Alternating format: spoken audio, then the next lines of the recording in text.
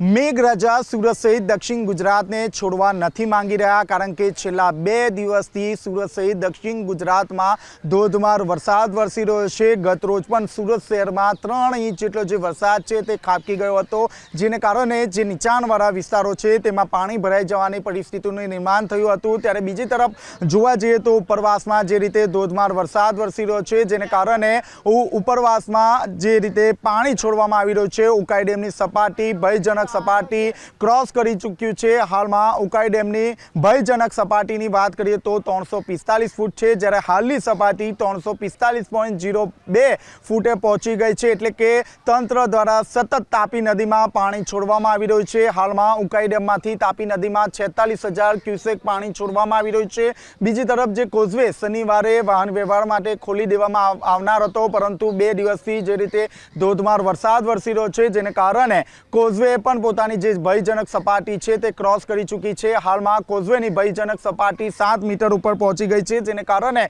તાપી નદીની વાત કરીએ તો 58,000 ક્યુસેક જે પાણી છે તે તાપી નદીમાં છોડવામાં આવી રહ્યું છે। તાપી નદી ફરીથી સજીવન થઈ હોય તે રીતના જે દ્રશ્યો છે તે જોવા મળી રહ્યા છે। બીજી તરફ હજી પણ હવામાન વિભાગ દ્વારા સુરત સહિત દક્ષિણ ગુજરાતમાં ભારે વરસાદની આગાહી કરવામાં આવી છે, અને હાલમાં પણ આકાશમાં કાળા દિબાગ જોવા મળી રહ્યા છે। મોડી રાત સુધી સુરત શહેરમાં ધોધમાર વરસાદ વરસ્યો હતો, જેને કારણે ઉધના, પાંડેસરા સહિતના જે નીચાણવાળા વિસ્તારો છે તેમાં પાણી ભરાઈ જવાની પરિસ્થિતિનું નિર્માણ થયું હતું। કેમેરામેન વિજય ભેસાણી સાથે ચેતન પટેલ, ઝી મીડિયા, સુરત।